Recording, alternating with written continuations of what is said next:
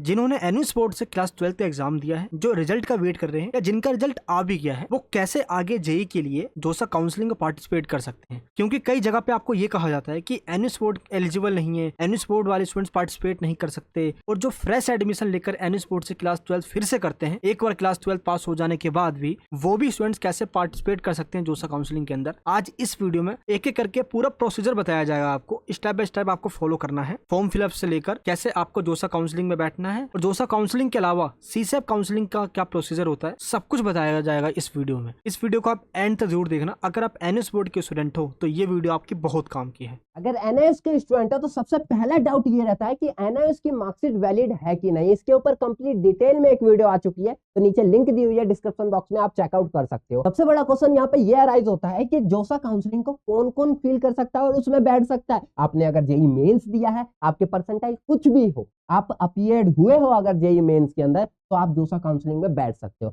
Advance वाले बच्चे तो बिल्कुल आईआईटी का सपना लेके आते हैं यार, उन्हें तो बैठना जरूरी है, वो तो बैठेंगे ही बैठे। जोसा के ऑनलाइन वेबसाइट पे जाओगे, जो ऑफिशियल वेबसाइट है, वेबसाइट पे जाने के बाद आपको कुछ इंस्ट्रक्शन दिए हुए। इंस्ट्रक्शन में क्या है, आप जानते हो कि 23 आईआईटीज, 31 एनआईटीज एंड यहाँ पे 26 ट्रिपल आईटीज कहा जाता है। आप आईआईटी में इसके थ्रू आप एडमिशन ले सकते हो, और या फिर NIT system, NIT plus systems के अंदर आप ले सकते हो। इसके बाद लास्ट में जो होता है जीएफटीएंस भी होता है। क्या होता है? जीएफटीएंस भी आते हैं। अब आईआईटी का सपना हो या एनआईटी का सपना हो, अब जोसा काउंसलिंग में बैठ के आप अपने आप को पूरा कर सकते हो। वो सारी डिटेल एक एक करके बताता हूँ। सबसे पहले क्या करना होता है, जोसा काउंसलिंग के जब फॉर्म स्टार्ट हुए उस फॉर्म को आपको भरना होता है। रजिस्ट्रेशन फॉर्म होता है उसमें।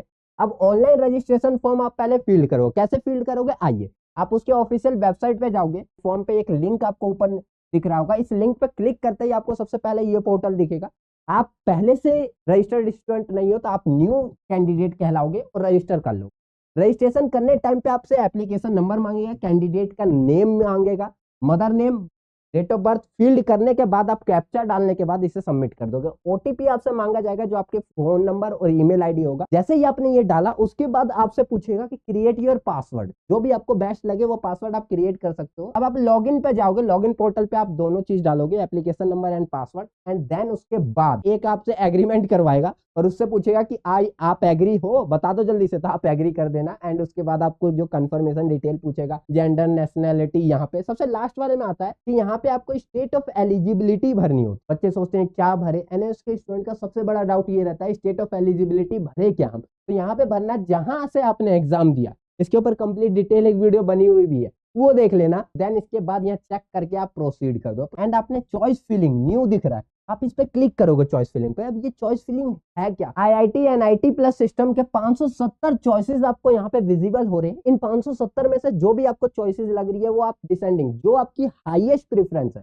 उसको आप सबसे ऊपर रखो। जैसे चॉइस फिलिंग पे क्लिक करोगे आपको ऐसे दिख जाएगा कि Motilal Nehru national institute of technology Allahabad आपको दिख गया। यहाँ पे आप ऐड पे क्लिक करके ऐड करते जाओगे, यहाँ पे 0 की जगह चॉइसेस आते जाएगी। हाँ, ये चीज याद रखना, 10-15 करने के बाद ना आप सेव करते चलना, ऊपर सेव का बटन होगा। क्योंकि क्या होता है ना, ये वेबसाइट रिफ्रेश मारते रहती है। अब रिफ्रेश मारेगी, आप 5-6 कर लोगे और बहुत अच्छे तरीके से सोच के कर रहे हो, और 5-6 करने के बाद रिफ्रेश हुआ, आपका जो मेहनत थी सारी खराब हो गई। तो सेव कर लोगे तो लास्ट सेव जो चॉइस होती है वो आपको विजिबल हो जाती है। देन क्या होगा, अब यहाँ पे चॉइसेस कैसे फिल की जाएगी आपको।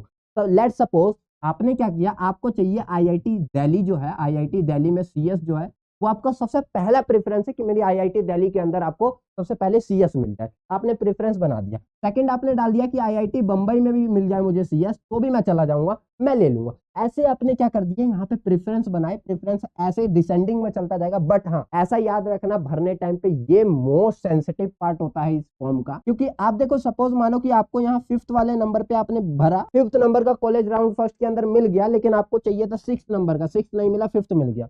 तो इस कंडीशन पे क्या होगा, आप नीचे नहीं जा सकते, आप फॉर्म में ऊपर की ओर जाओगे। आप अगर बोल दो कि चॉइस फिलिंग में आपको प्रॉब्लम आ रही है, तो वो भी एक बार कमेंट बॉक्स के अंदर बताना, मैं उसका भी सॉल्यूशन आपको प्रोवाइड करूंगा। तो आपने चॉइस फिलिंग तक पहुंच गए। आपको यहाँ पे अभी तक कोई डॉक्यूमेंट अपलोड का सेक्शन दिखा नहीं? दिखा है, आगे और बताऊंगा। क्योंकि स्टार्टिंग में मैंने कहा ना कि जो डॉक्यूमेंट होते हैं वो आपके लिए जरूरत है कि नहीं।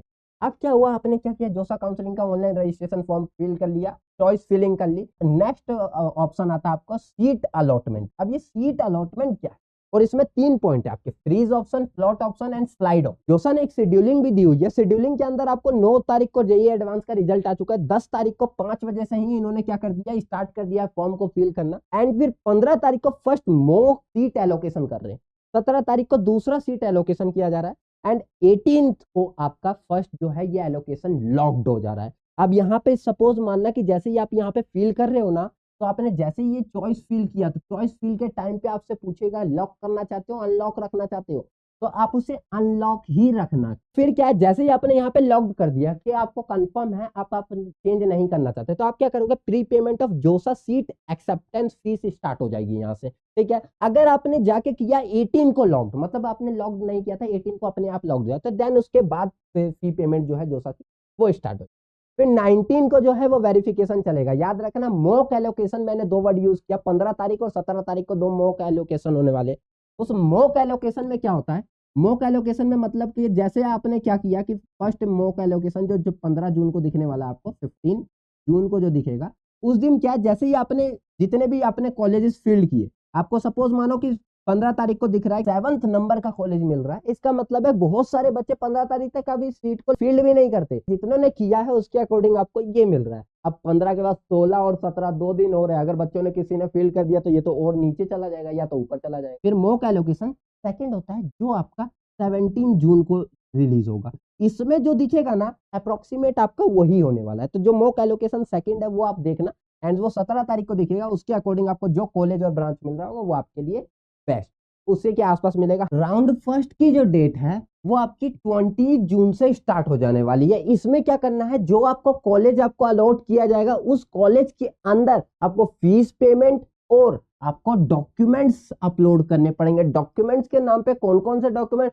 तो मैं यहाँ पे भी दिखा दे रहा हूँ, और इसकी लिस्ट जो है वो मैं नीचे डिस्क्रिप्शन बॉक्स में भी दे दूंगा, आप एक बार चेकआउट जरूर कर लें। अब यहाँ पे डॉक्यूमेंट आ गया तो एनएस का तो रिजल्ट आया ही नहीं है। यहाँ पे सबसे बड़ा क्वेश्चन क्या, डॉक्यूमेंट में 12th की मार्कशीट अपलोड करनी होगी। बिल्कुल आपको 12th की मार्कशीट अपलोड करनी पड़ेगी। तो इसके लिए क्या किया जा रहा है, रिक्वेस्ट डाली जा रही है ताकि आपका रिजल्ट जो है वो जल्द से जल्द आ जाए, क्योंकि इसकी जो लास्ट डेट है वो आप देख सकते हो 24 को आपकी लास्ट डेट है। अगर आपको राउंड 1 के अंदर कॉलेज अलॉट हो जाता है तो आपको डॉक्यूमेंट अपलोड करना होगा, यहाँ अपलोड करना होता है, देन फिजिकली आपको कॉलेज के अंदर जाके आपको वेरिफिकेशन करवाना होता है, लेकिन पहले 24 को आपको पहले सबमिट करना होगा। एक ऑल्टरनेट भी है जो सीसेव राउंड है, जिसमें आपको कॉलेज अलॉट नहीं हुआ तो आप इस सीसेव राउंड में पार्टिसिपेट करके जो बचे हुए सीट्स है उन्हें फील्ड कर सकते हो। तो इसमें भी आप अपने आप को एनरोल करवा सकते हो, जो लास्ट राउंड आपके चलेंगे। ये एनआईटी प्लस सिस्टम के लिए होता है। और अगर जिसके पास डॉक्यूमेंट है वो अपने डॉक्यूमेंट के अकॉर्डिंग जो है डॉक्यूमेंट अपलोड करके फी पेमेंट करके आपकी सीट कंफर्म हो गई। बट यहाँ पे 3 पॉइंट दिखे, फ्रीज, फ्लॉट या स्लाइड। क्या करना चाहते हो, फ्रीज मतलब कर दिया, इसका मतलब सेकंड राउंड में आप पार्टिसिपेट नहीं करोगे, आपने फर्स्ट राउंड में ही सीट ले ली है। सेकंड होता है फ्लोट। फ्लोट का मतलब है भैया अभी हम उड़ रहे हैं, अभी हम बह रहे हैं, अभी फर्स्ट राउंड में हमें जो मिला है उसमें हम सेटिस्फाइड नहीं है, हम सेकंड राउंड में कुछ और चेंज करना चाहते हैं। तो फर्स्ट राउंड में सारे प्रोसेस कर लोगे, डॉक्यूमेंट वेरिफिकेशन भी करवा लोगे, फीस भी पे कर दोगे, सब कुछ कर लोगे, एंड देन सेकंड राउंड में नेक्स्ट अच्छा मिल जाएगा, उसमें आप जंप मार जाओगे। और याद रखना जो फर्स्ट राउंड में अगर 7th नंबर का कॉलेज मिल गया है, नेक्स्ट राउंड में जो सेकंड राउंड होगा उसमें 8th नहीं मिल सकता, आप ऊपर ही जाओगे, नीचे नहीं जा सकते सेकंड राउंड में। थर्ड जो स्लाइड का ऑप्शन होता है, स्लाइड का मतलब है हॉरिजॉन्टली स्लाइड करना। मतलब सपोज मानो कि आपको आईआईटी दिल्ली के अंदर कोई कोर्स मिल गया, तो आईआईटी दिल्ली ही आपको पसंद है ये आपने बता दिया, बट हाँ कोर्स आपको पसंद नहीं है, नेक्स्ट में जो होगा वो आप स्लाइड कर पाओगे, मतलब आप कोर्स को स्लाइड कर पाओगे, कॉलेज आपका सेम रहेगा। इस ऑप्शन का मतलब ये। देन आपने इन तीनों ऑप्शन का मतलब समझ लिया, आपने फील्ड कर लिया, फील्ड करने के बाद आपने जो भी है वो, एंड फिर सेकंड राउंड में पहुंचे। सेकंड राउंड में सेम केस हुआ, सेकंड राउंड में आपको बताया गया, सेकंड राउंड की जो लास्ट डेट है वो आपकी 1 जुलाई की दी हुई है। 5th राउंड में आपका खत्म हो जाएगा, एंड देन उसके बाद स्टार्ट होने वाला है आपका किसके, ओनली एनआईटी के लिए। ये राउंड आपके लिए सबसे बेस्ट होता है जो एनएस वाले स्टूडेंट है। कोई भी 5 राउंड आपके खत्म हो गए और आपको कोई कॉलेज नहीं मिला, या फिर किसी कारणवश आपने विड्रॉ कर लिया, या फिर थर्ड केस आपने जोसा का काउंसलिंग फॉर्म ही नहीं भरा, तब के केस में आप क्या कर सकते हो, सीसैब का एक प्रोसेस है। ये सीसैब क्या होता है, आपका सेंट्रल सीट एलोकेशन बोर्ड। ये जो बोर्ड है आपको क्या करके देगा, इस बोर्ड के थ्रू आप दोबारा से काउंसलिंग का फॉर्म फिल कर सकते हो। ये फ्रेश फॉर्म फिल किया जाता है, इसमें भी चॉइस फिलिंग होती है सेम, और चॉइस फिलिंग के साथ इसमें भी आप 2 राउंड तक बैठ सकते हो। बट इसमें कौन से कॉलेज मिलेंगे, जो कॉलेज आपको वहां मिल रहे थे जिनके अंदर सीट्स जो थी वो बच गई है, सब कुछ भरने के बाद कुछ जो सीट्स बच जाती है, स्पेशल राउंड चलाया जाता है, CSAT राउंड, इसमें रजिस्ट्रेशन आप कर सकते हो। तो इसकी रजिस्ट्रेशन डेट जो भी है वो आपको यहाँ पे दिख जाएगी। वो रजिस्ट्रेशन डेट आपकी 17 जुलाई से स्टार्ट हो रही है CSAT। इस पे कंप्लीट डिटेल वीडियो चाहते हो, नीचे कमेंट बॉक्स में बताना, CSAT के ऊपर कंप्लीट डिटेल वीडियो ला दूंगा। तो यहाँ पे क्या है कि CSAT हो गया, 2 राउंड आपके चलने वाले, यहाँ भी आप एडमिशन ले सकते। बट हाँ, ये किसके लिए होता है? NIT प्लस सिस्टम के लिए only. Only NIT plus system वाले ही बच्चे ले सकते हैं, ये IIT के लिए नहीं होता, IIT के लिए नहीं होता। ऊपर के जो 5 राउंड चले थे उसमें से 1 से लेके 4 राउंड तक तो आप दोनों के लिए, IIT plus NIT plus system के लिए। बट जो 5th राउंड है ओनली IIT वाले स्टूडेंट के लिए ही है, IITians के लिए ही है 5th राउंड। 5th राउंड में NIT के एडमिशन नहीं चलेंगे। फिर NIT वाले कहाँ पहुंचेंगे? इसमें CSAT के अंदर। जिनको कुछ नहीं मिला वो यहाँ पे पहुंचेंगे। और नहीं मिलने का रीजन यही होता है कि आपने चॉइस फिलिंग जो है वो कम करिए। जितने ज्यादा से ज्यादा चॉइस फिलिंग कर सकते हो वो करो, जो आपको बेस्ट लगता है। आपने ये कर लिया, देन आपने वेरिफिकेशन डॉक्यूमेंट के करवाने के लिए आपको कहाँ जाना पड़ेगा? रिपोर्टिंग करोगे कॉलेज में। आपको लगा कि अब एडमिशन कंफर्म है, फ्रीज कर दो, कॉलेज का एडमिशन हो गया। मैंने फॉर्म भरना बता दिया, क्या क्या प्रोसेस है। सीट एक्सेप्टेंस फीस आपको पे करनी होगी। और अगर NIT प्लस सिस्टम के अंदर आप जा रहे हो, NIT प्लस सिस्टम के अंदर आप जा रहे हो, तो इसमें क्या करना होगा? NIT plus system. सिस्टम मतलब क्या है? यहाँ पे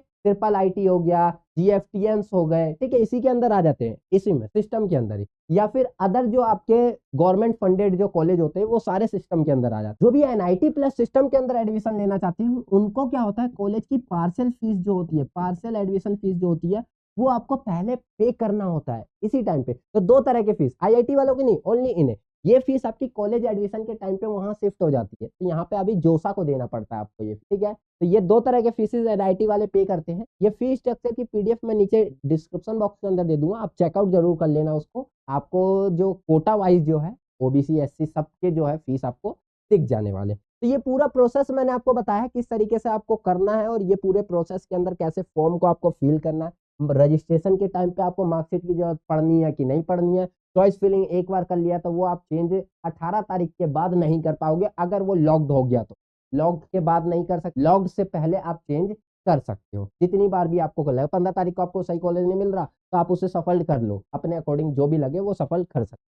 देन इसके बाद एक डाउट रहता है कि मार्कशीट NIS वालों की वैलिड है कि नहीं। अरे भैया, जोसा ने स्पेसिफिकली आपने जो प्रोस्पेक्टस है ना, जो अभी बिजनेस रूल निकाला है, उसमें 4th नंबर पे 12th की जो इक्विवेलेंट मार्कशीट जो वो एक्सेप्ट कर रहा है, 4th नंबर पे ही NIS बोर्ड का नाम रखा है, national institute of open schooling. Minimum 5 subject से अगर पास कर रखे हैं तो वो एलिजिबल है। तो यहीं पे हमारी जो ये वीडियो है, पूरी डिटेल्ड वीडियो यहाँ पे खत्म हो जाती है जोसा काउंसलिंग के ऊपर। अगर CSAT के ऊपर आप चाहते हो वीडियो तो नीचे कमेंट बॉक्स के अंदर जरूर बताना, मैं नेक्स्ट वीडियो उसी के ऊपर लेके आऊंगा। अगर और कोई अदर वीडियो पे टॉपिक चाहते हो तो वो भी मुझे नीचे कमेंट बॉक्स के अंदर बताना। आज की वीडियो में बस इतना ही रखते हैं और मिलते हैं नेक्स्ट क्लास में। अगर वीडियो अच्छी लगी हो और मजा आया हो ना, तो एक बार लाइक करके सभी दोस्तों के पास शेयर कर देना। फर्स्ट टाइम चैनल पर विजिट कर रहे हो तो चैनल को सब्सक्राइब बटन दबा के बेल आइकन प्रेस कर लेना ऑल पे, क्योंकि ऐसे ही धमाकेदार वीडियो आपको चैनल पे आएगी तो सबसे पहले आपको घंटा बजा के बता देगी। तो मिलते हैं नेक्स्ट वीडियो में ऐसे धमाकेदार मजेदार टॉपिक के साथ। जब तक के लिए बने रहे विक्की वर्मा के साथ। जय हिंद, जय भारत।